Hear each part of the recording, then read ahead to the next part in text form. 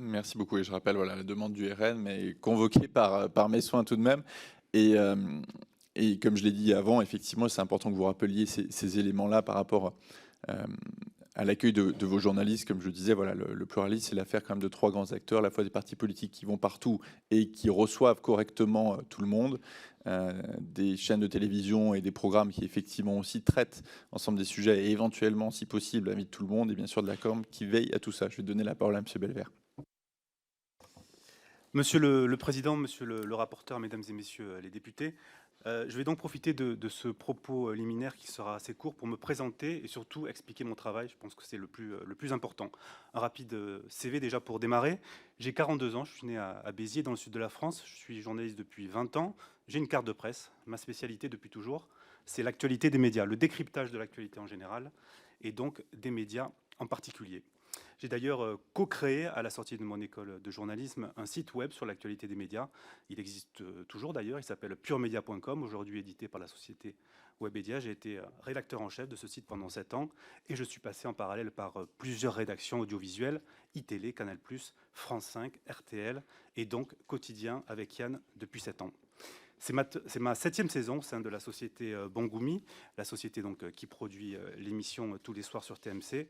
Je suis arrivé en septembre 2017, au départ pour une petite chronique, c'était 2-3 minutes sur l'actualité des médias, ma spécialité donc, chronique qui a pris de l'ampleur au fil des saisons. Depuis le Covid, je présente désormais un JT de 13 à 15 minutes tous les soirs à 19h20 sur l'actu du jour, vu par les médias. C'est la subtilité, c'est la séquence qui ouvre l'émission, juste après l'édito de Jean-Michel Apathy. Alors à l'ère des médias sociaux, des chaînes d'information qui occupent une place très importante dans le quotidien des Français, il suffit de regarder leurs audiences tous les jours, à l'ère des fausses informations et de l'intelligence artificielle, le 19h30 Média a pour ambition de décrypter chaque soir, pour notre public, l'actu du jour, afin de lui proposer une synthèse qui, on l'espère, est complète. Alors l'ambition du 19h30 Média, c'est aussi de nous observer. Nous, quand je parle de nous, je parle des journalistes, je parle des médias. Le choix des mots, par exemple, les images qu'on décide de montrer, la hiérarchie des sujets. On décrypte chaque soir pendant un quart d'heure le traitement médiatique de la journée, en France, mais aussi à l'étranger. Alors cette éducation aux médias, elle est très importante et on tente de la proposer dans l'émission, chaque soir. Alors c'est une grosse machine à produire, il faut le savoir. On enregistre tous les jours des dizaines et des dizaines d'heures d'antenne, de chaînes françaises, de chaînes étrangères. Mon job et celui de mon équipe, évidemment, parce que je ne suis pas seul, c'est de les dérocher, de les monter, de les compiler, de les décrypter pour une synthèse tous les soirs, qui, on l'espère, est de qualité. À mes côtés, 4 journalistes travaillent avec moi. 3 monteurs travaillent également sur cette chronique tous les soirs pour produire cette séquence, pour la fabriquer et donc pour la proposer au public. Le vendredi, le 19h30 Média se décline de façon internationale cette fois.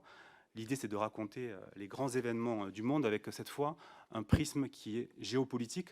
Alors les sujets sont très éclectiques.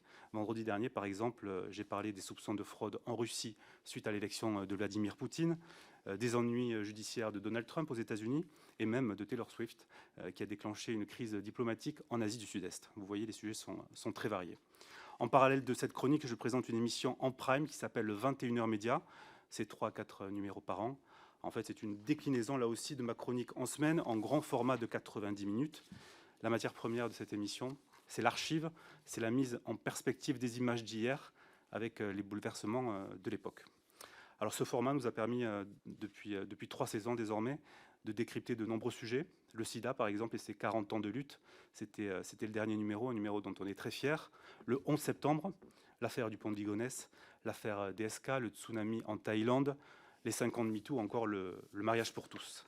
Chaque prime, c'est des mois de travail, 300 heures de rush en moyenne par numéro qu'on travaille tous ensemble avec l'équipe. Voilà pour le résumé de mon travail au sein de Quotidien et au sein de la société Bangoumi. Merci beaucoup, j'ai bien compris très rapidement.